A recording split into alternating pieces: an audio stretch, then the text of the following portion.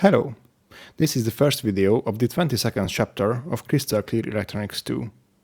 In the previous episodes, you have been introduced to the embedded operating systems, and now we will introduce you to one of the most commonly used operating system in the industry, FreeRTOS. The chapter was written by Csaba Apró and proofread by Péter Girgász. The video will be assisted by Szabolcs Vereb, an electrical engineer. He is currently working as an assistant lecturer at the Budapest University of Technology. As I understand it, you are basically working on power electronics. That's right, this is my area of expertise. However, in modern power converters, we also use microcontrollers, and since it's such a multitasking job to control them, we usually rely on some kind of embedded operating system. This is especially true in automotive applications, for example an onboard charger. But since you've introduced me so nicely, I'll try to do the same. Next to me is Edith Kovács, a former student of Bolyai High School in Szombathely, who you may already know from our previous videos. I think we should stop wasting our time and get down to business.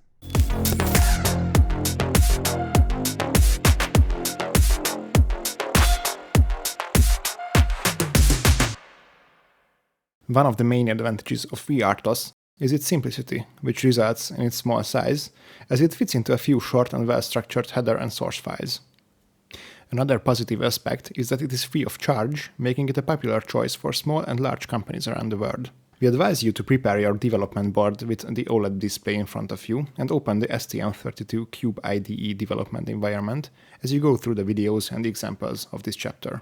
In the case where a microcontroller or processor must perform many tasks, for example in a car, it's much faster to develop this kind of complex software using an operating system, as the OS handles memory and processor management. Another challenge is that there are some tasks that need to be executed as soon as possible and others that can be performed later. This problem is known as priority management. The timing of tasks may vary in different embedded environments. A car needs to react to changes within milliseconds, while in the case of a slow chemical process, there is usually much more time to intervene. The advantage of operating systems is that you can create tasks, or in other words, threads, and the program called the scheduler will execute them one after the other according to a specific method. If you look at the execution from a distance, it appears that parallel task execution is happening inside the microcontroller's processor core. We have learned that the processor executes instructions sequentially, but to reassure everyone, it is no different this time, only the scheduler will run these tasks in such a way that while one task is waiting for something, such as a peripheral, or a given time to pass, another task has the opportunity to run. Another case is when the time slice, the period the current task is allowed to run, elapses, prompting the scheduler to switch to another task. If we use an operating system in our embedded system, we don't have to worry about recalculating the timing of certain tasks in each new program, or about prioritizing the scheduling of each task, because the operating system handles that for us. And now, let's see how we can use FreeRTOS on the STM32 microcontroller-based development board. Let's open STM32 Cube IDE and import the Lecture 22 Blinky project.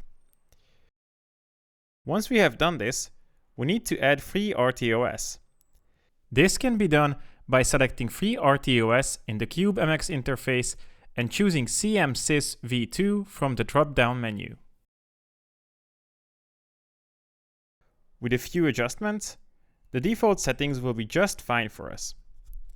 In the System Core settings, under the Sys tab, change the time-based source to TIM1.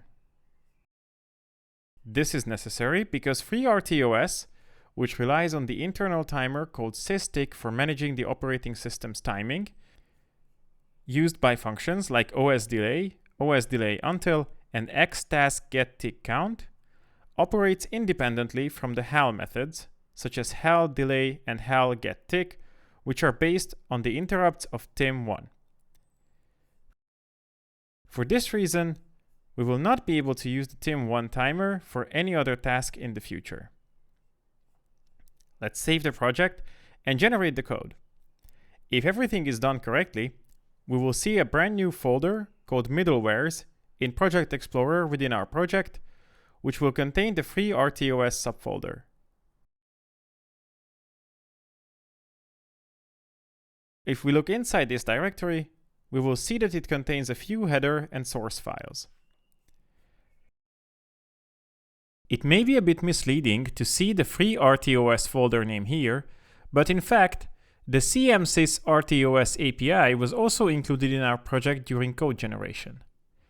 It's kind of like HAL, except it's not a hardware abstraction layer, but an RTOS abstraction layer. If we consistently use only the CMSys RTOS functions in our source code, then in principle, we could run a different RTOS in the background instead of FreeRTOS. Our code would still work the same way. All functions that start with OS are part of CMSys RTOS, but in reality, these function calls still invoke FreeRTOS functions underneath. In the following, we will assume that FreeRTOS is running underneath CMSys RTOS. In FreeRTOS, a thread can have 4 states, as shown on the screen. If you look at them from a distance, you can classify them into 2 main groups. One major state is the running state, and the other is the opposite, the not running state. The state when a task is not running can be divided into 3 parts. One is ready, another is suspended, and the third is blocked state. When the processor is free, the task in the ready state with the highest priority will be selected to run.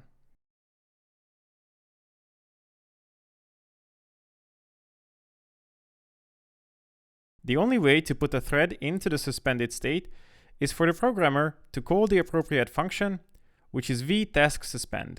The only way to bring a task out of this state is to call vTaskResume. Both functions have the same required parameter, the variable that holds the task's descriptor structure. The third state is blocked, which means the task is waiting for an event. The simplest example is when the vTaskDelay function is called. This places the currently running task into the blocked state until the specified time has elapsed. This function is FreeRTOS's wait function, which works differently from the HAL delay function. We will discuss this in more detail later. The most important part of the operating system is a scheduler, which decides based on a chosen algorithm what task can run on the processor. The 2 most commonly used scheduling methods are preemptive and time-sharing scheduling. The former distinguishes between tasks based on their different priorities, while the latter assumes all tasks have the same priority. Of course, tasks can have equal priority in the first case as well. The latter method is actually a special case of the former, where all tasks have the same priority.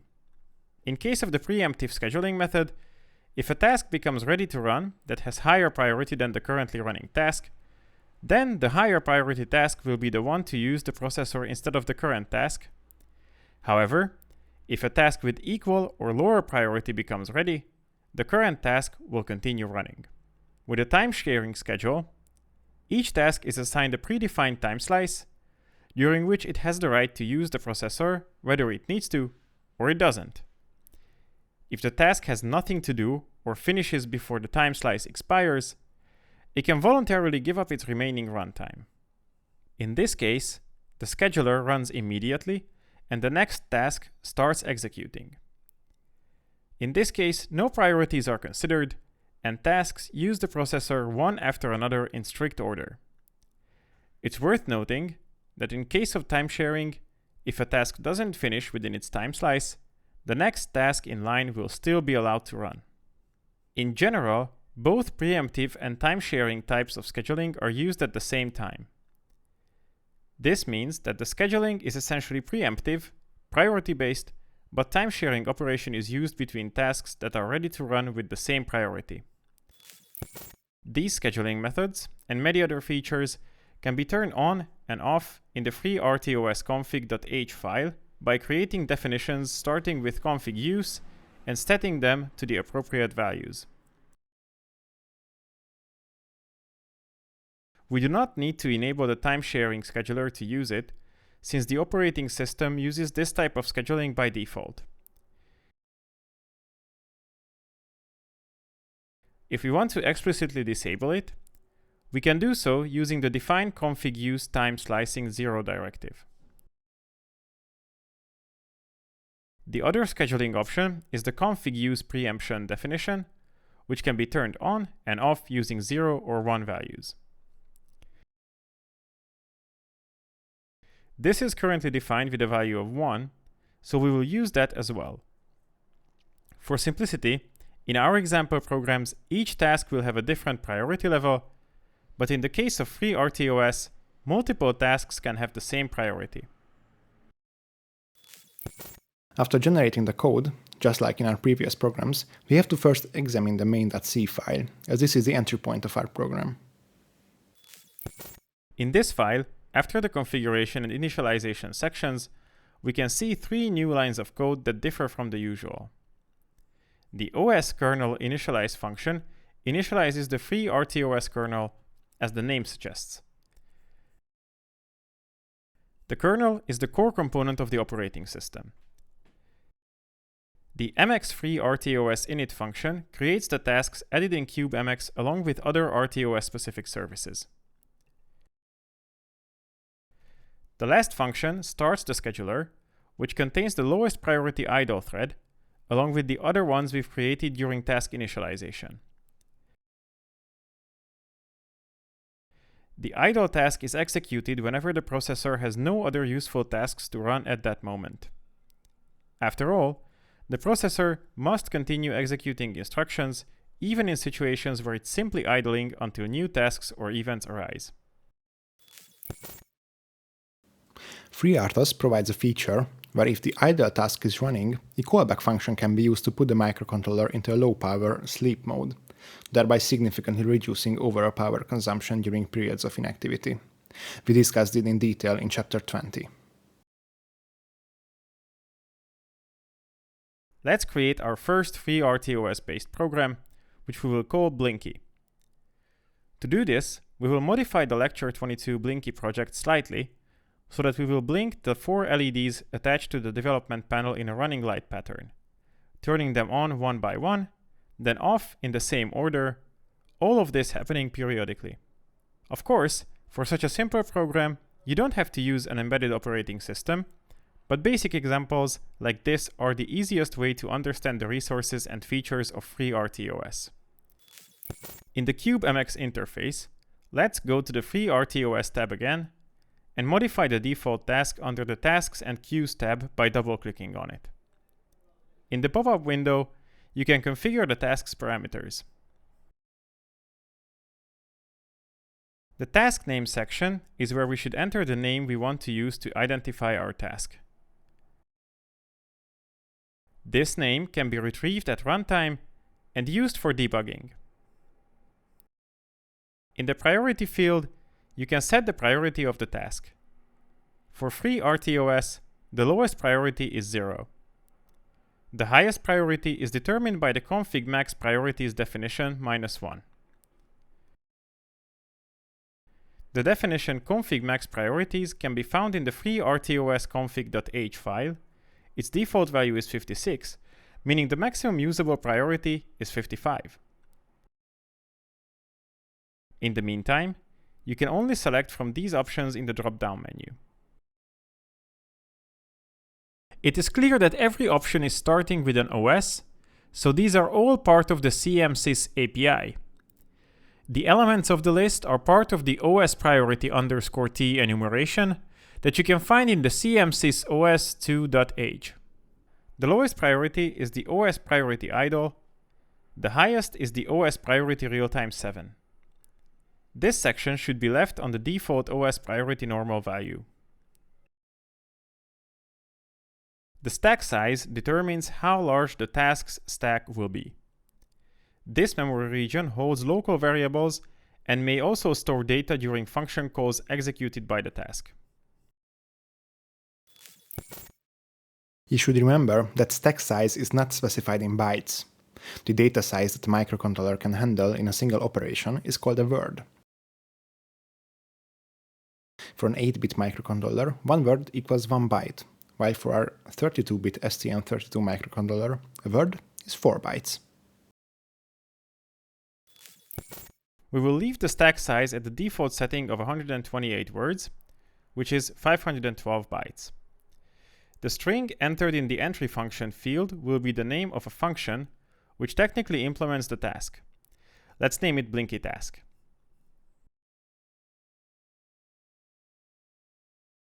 In the code generation options section, there are two options to choose from: default or as weak. In the default case, the tasks function implementation will be placed in the FreeRTOS.c file, while if we choose the as weak option, only a weak, overridable prototype of our function will be generated, and you can place the actual implementation wherever you prefer.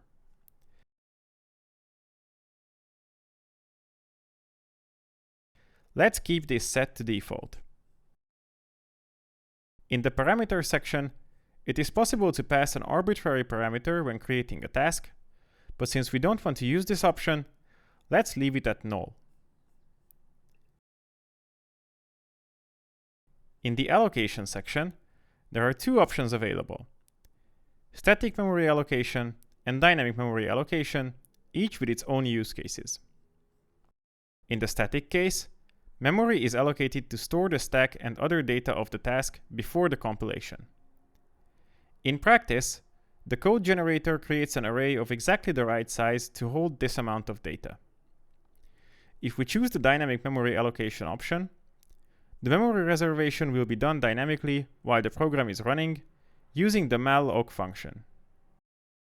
The advantage of this method is that it does not use RAM until the task is started, and if the task is deleted during execution, the memory it used is released.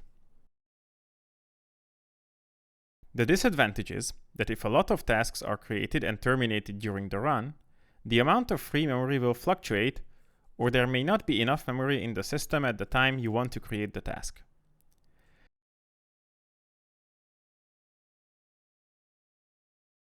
A static reservation is more predictable since the memory is already reserved, but it cannot be used even if the task is not running or has been deleted. Since we're writing a simple program, we can use the dynamic option. Click on OK to save the changes to the task, then regenerate the code. After that, let's find the FreeRTOS.c file, which contains the declaration and definition of our Blinky task function. Before we continue programming, let's review what changes have been made. We can access our thread by referencing the Blinky handle, which is a global variable in this C file. This is necessary because it must be accessible from all tasks and functions within the file. In the future, we will almost always work in the FreeRTOS C file, since all FreeRTOS specific objects must be created or declared here. Before we get into coding, we should know a bit more about the pd-ms2ticks macro. This macro is useful, for example, when we want to create a delay in a task by calling the vTestDelay function. The time period parameter, given in milliseconds, is converted into the tick value used by the kernel. By default, the interrupt generation frequency for the operating system time base is set to 1000 Hz, meaning 1000 interrupts occur every second. In other words, one interrupt is generated every millisecond. We can say that the kernel tick time base is 1 millisecond. This tick rate defines the timing's resolution of the scheduler, which affects how delays are measured across all tasks. Now you might reasonably ask why we're complicating things when we could just write the wait time directly into the function parameter. And yes, we can do that, but if we later change the scheduler frequency, let's say from 1 millisecond to 5 milliseconds, the delay will increase. Each wait will take 5 times as long. This means that hard-coded delay values can become unreliable if the tick rate changes. Using this macro helps avoid that. The declaration of the function that implements the task called blinky task can be found at the bottom of the same file. A task usually consists of two parts. The first part is the initialization phase that runs only once.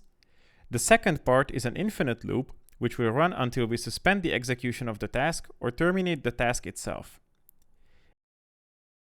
Each thread's execution is started or paused by the scheduler we've already discussed. This solves the problem of having multiple threads, meaning multiple infinite loops running at the same time. In the infinite loop, let's write the algorithm for our running light. We have already done this using a for loop combined with a switch case structure. Of course, there are many ways to implement the running light effect. Don't be afraid to try your own ideas and solutions. In this code, you can encounter a new function we haven't used before, called vTaskDelay. This will suspend the execution of the blinky task for the time specified as its parameter. This is where the pd ms2kicks macro becomes important, as we discussed earlier. By calling the vTaskDelay function, we inform the scheduler that we want to put our task into the blocked state for a certain duration. As a result, the scheduler runs immediately, not just at the end of the current time slice, and selects the highest priority task that is ready to run. We should try out our code. I will quickly upload the binary to the development panel. Yes, the code is being built. The board is being programmed, and as you can see, the LED on the programming part is blinking. And when the programming is done, you can see the LEDs turn on nicely, and then one by one they turn off. So we have achieved the desired effect. I think the software really works in the way we wanted it to. Now we are saying goodbye, but see you in the next video, where we will use semaphores to debounce the push buttons. Bye! Bye.